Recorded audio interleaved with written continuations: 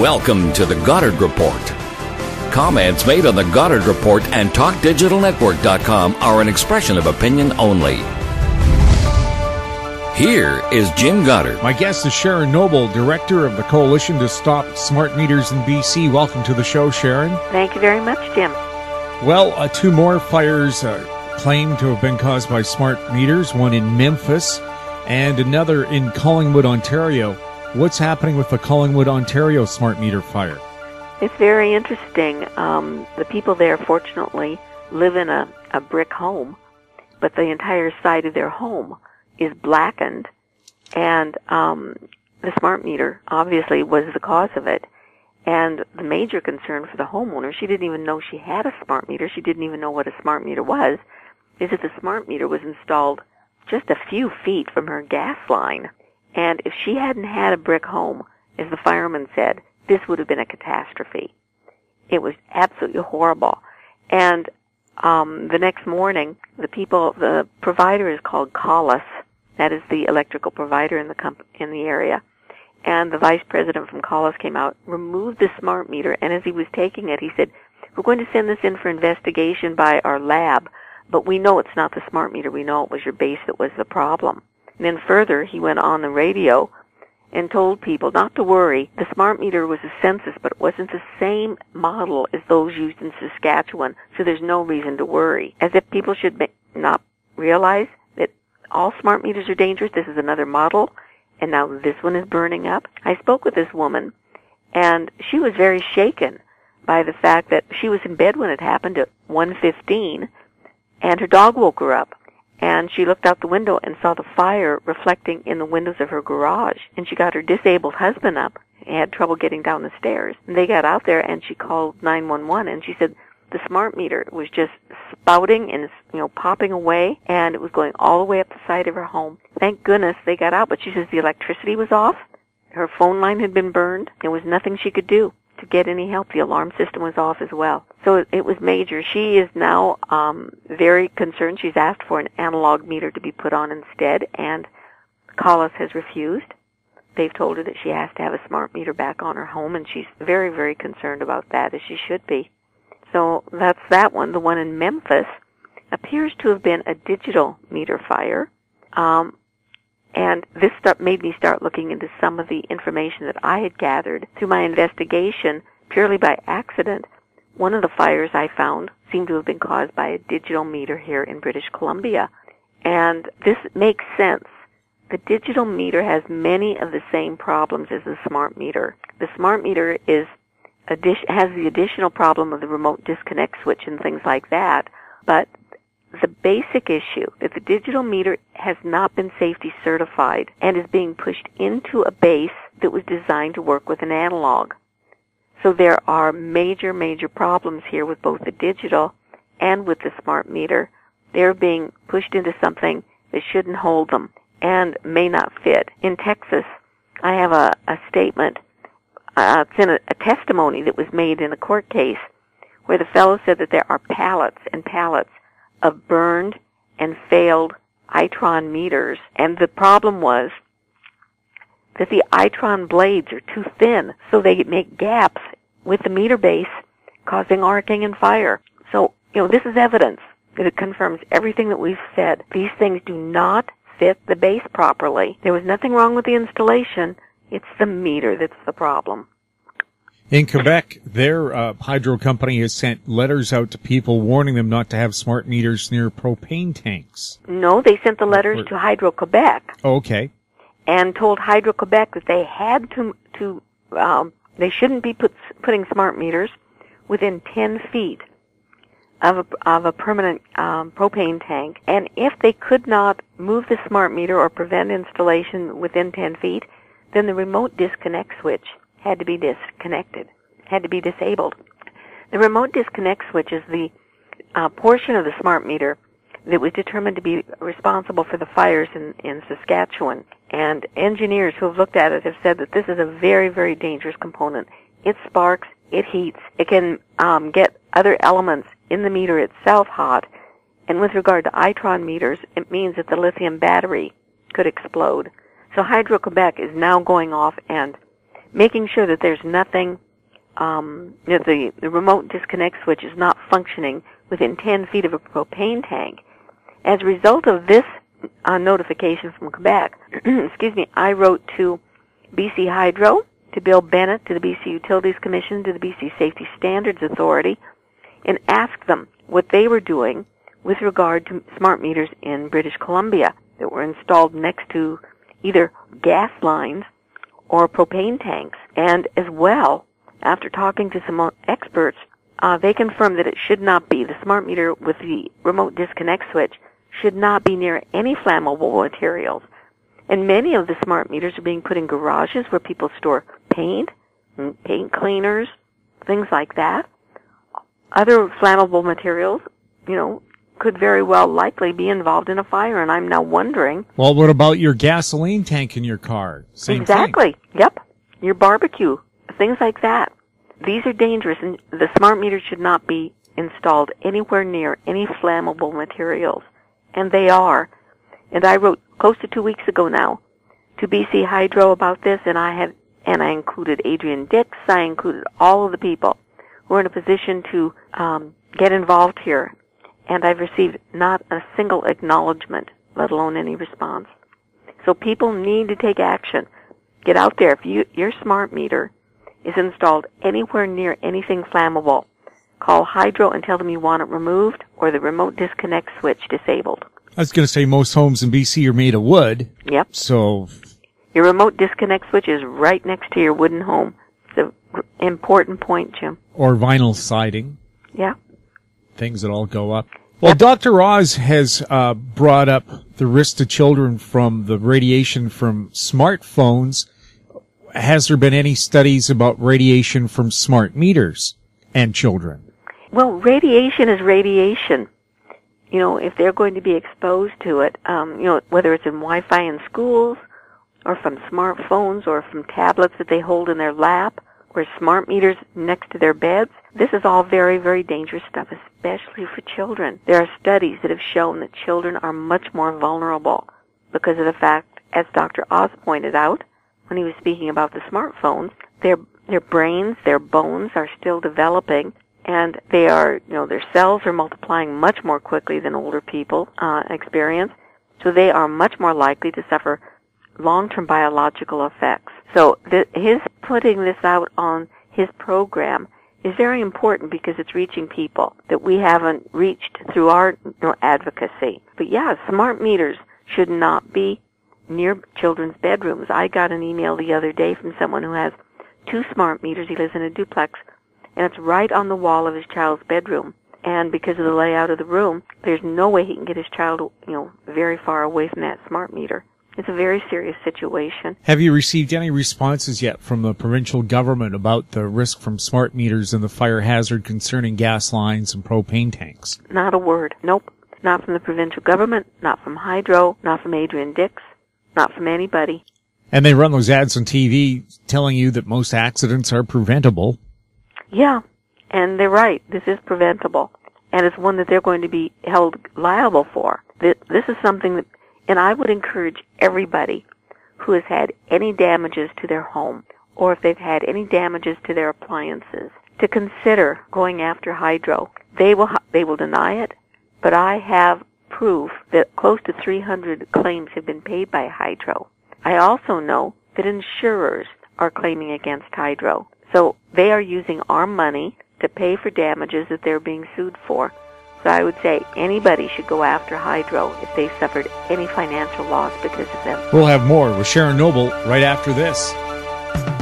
More and more people are looking to the Internet for intelligent, riveting, and thought-provoking interviews. To advertise on the Goddard Report and TalkDigitalNetwork.com, call 604-699-8600, 604-699-8600. In Goddard we trust. Welcome back. We're speaking with Sharon Noble, Director of the Coalition to Stop Smart Meters in BC. Dr. Malcolm Patterson, a cancer researcher, also is very concerned about radio frequency radiation and the effects it might have on the cancer rate. Yes, we're very fortunate. Dr. Patterson, after having worked in many different countries doing cancer research over the last 30 or 40 years, is retired in the Okanagan, and he has become very concerned about radiofrequency radiation, primarily due to the smart meter issue.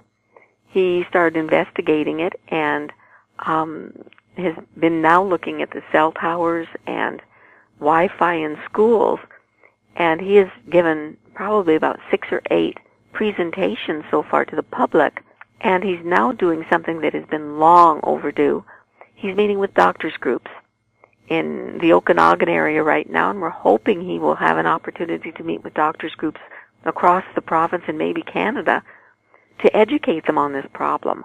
Doctors, anyone who's gone to the doctor and tried to talk about effects of microwave radiation or electrohypersensitivity will know that by and large doctors know nothing about this. It was not taught in medical schools until just recently, and doctors don't have the opportunity or time to learn about things like this, and it also hasn't been taught when they go to conferences. Dr. Patterson is going to make an effort to try to change this because the science is there, and doctors want to know what is making their patients sick. Many times when people go in with electrosensitivity symptoms, the only thing they can do is say, I think you're having a psychotic episode, and give them antipsychotic pills, and that helps them not at all. I think I mentioned in our last discussion, Jim, that there are some cardiologists now in Victoria who are advising people with AFib that they should eliminate any exposure to wireless radiation in their homes to see if that improves things. That's a major step, but it's only 2 cardiologists. We need to make sure that more doctors are educated on this subject, and Dr. Patterson is going to be very, very active in this regard.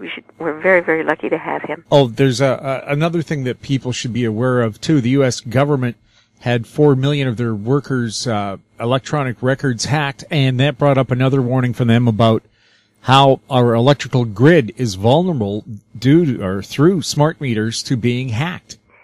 Yes, in fact, there was a major article that came out saying that every 4 days there is a major attack on the grid, and usually they believe it's coming from China. This brings out warning after warning that our grid is very, very vulnerable, and there doesn't seem to be anything that can be done to protect it. The hackers are very sophisticated, and the money that's being spent on security is really up there. I don't know how much Hydro has spent on security yet, but many of the larger facilities in the U.S. have spent millions, and it doesn't seem to be worthwhile. The grid is vulnerable, and the attack on the federal employees' records, personnel records, just shows that even the tightest security doesn't seem to work. Things are the computer records, a lot of this is wirelessly transmitted, and even if it's not wirelessly, they seem to be able to get into it. But when it's wirelessly transmitted, it's even much more vulnerable. And the warnings come out. We get warnings maybe every 2 or 3 weeks from the U.S. Homeland Security, FBI, and CIA. And I fear that we're not doing anything. We're very, very vulnerable to this, and I hope that people will do whatever they can to shut down the wireless internet, things like that they're using to reduce their vulnerability. But things that Hydro and the other utility companies are doing are going to make us even more vulnerable.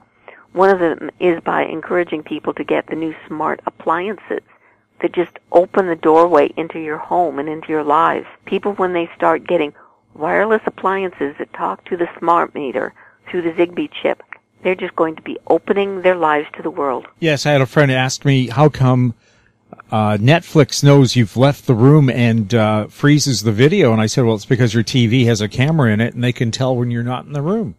Yep. Some of the new TVs, we saw that with, I think it was the Sanyo. They can tell who's in the room. They've got voice recognition. They've even got facial recognition now. You're not safe in your own living room anymore. It's going to get worse, I fear. Sure. Maybe they're going to put cameras in the smart meters. Well, the Zigbee chips are pretty darn smart. You can never tell what they're going to be putting in with the new generations of Zigbees and things like that. But the televisions, if they've got cameras, who knows what other devices we have will have cameras. Your new refrigerator could, your new dishwasher could, who knows? And they also demonstrated turning on the camera in your cell phone with the cell phone turned off. Yep. Gosh, everybody's spying on you. Well, if they're getting a thrill watching me, boy, they're going to be bored. Well, and all the new Wi-Fi things that TELUS is putting along, they're putting in thousands and thousands of these new small transmitters along the streets, and they could have cameras in them. They're going to be checking to see what everyone is doing. I don't know why they want all this data, what they're going to do with it, but they're collecting it. Well, I think the problem they have right now isn't collecting the data, it's going through all of it. Yeah, or selling it. Yes, who knows where it's going? Exactly. Who are they? Because you end up, how did they get my address? How did they get my email address? Yep. Things like that. Yeah, and no matter what you do, you've got things that you have to, whether it's your ATM or whether it's your internet or your social security number, whatever, they're getting it from different places. Have you heard back from the privacy commissioner on your complaint? Nope, nothing yet. Apparently she's bogged down. I've got several complaints in there, and nothing's doing anything yet. I was going to say, the only people doing anything about being hacked in was the senators complaining that the report damning them for their expense accounts had been leaked to the media prior to it being released. They want an investigation into that. Yeah. Yeah, and they'll probably get one too. They're spending millions and millions of dollars trying to figure how many hundreds of dollars they've overcharged us. Speaking of the senators, this is off topic, but people should be very concerned about Bill C-51, the terrorist bill that the Parliament's already passed. I'm hoping people will write to their senators and tell them to stop this. There are some very dangerous aspects to it. For instance, they want to shut down any group that's going to complain about government. If you're going to be an advocate, if you're going to try to prevent a law from being passed, or if you've got, trying to organize groups to protest, this could put an end to advocacy like ours. The Coalition to Stop Smart Meters, groups like ours, could be shut down if the government doesn't like us or if we're causing them any problems. I know when they say it won't affect your rights to protest or your right to express concerns about government, it seems to me the legislation, the only limits they have is they can't rape you and they can't murder you. There's even on page 13, under F and G, it says activities prohibited.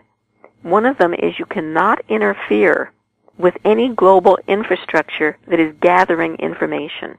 And one of the things that they mention is electromagnetic emissions. What does this mean? Does this mean I can't interfere if they're trying to put a cell tower across the street from me? Or what if you wanted to shield your phone so it wasn't transmitting it when you didn't want it to? Yep. What if I want to take the Zigbee chip out of my refrigerator? Or what about putting a sheath on your wallet so the radio electronic cards in there aren't transmitting? Yeah.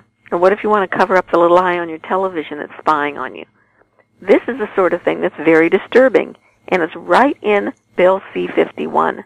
Are you disappointed that Mr. Trudeau did not speak out against this bill, instead voted for it? I'm disappointed that a lot of people haven't spoken out about it. The NDP and the Green Party have been quite vocal. Where are the rest of them? There's nothing good in this, and I fear that what they're doing is trying to satisfy the U.S.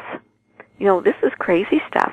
That we're losing our freedoms, we're having our charter rights infringed upon to become safer. I'm more scared of the government than I am of the terrorists at this point. Well, considering that moose kill more Canadians than terrorists do, yeah, you should be scared. Yeah, I'm afraid. I don't understand the purpose for this. Anyhow, it's off the smart meter issue, but I think that people need to be concerned about this Bill C-51, and I hope they will go online and Google it. It has been passed by Parliament, and it's in the Senate right now. And the NDP and the Greens say that if they win this federal election, they will scrap Bill C-51. We have to remember that come the federal election time. Sharon, thank you very much for chatting with us. Is there a website people can go to find out more about the coalition? They sure can. It's at www.stopsmartmetersbc.com. And I hope that if they have any questions, they will email me at director@stopsmartmetersbc.com. Thank you again for chatting with us. Thanks a lot, Jim. My guest has been Sharon Noble, Director of the Coalition to Stop Smart Meters in BC. You're listening to the Goddard Report on TalkDigitalNetwork.com. Find us on Twitter at TalkDigitalNet. Also, check out our popular YouTube channel, Talk Digital Network. Comments about the show can be sent to info@howstreet.com. I'm Jim Goddard. Comments made on the Goddard Report and TalkDigitalNetwork.com are an expression of opinion only. The Goddard Report is available online and mobile at TalkDigitalNetwork.com. The Goddard Report is a production of Howe Street Media Incorporated.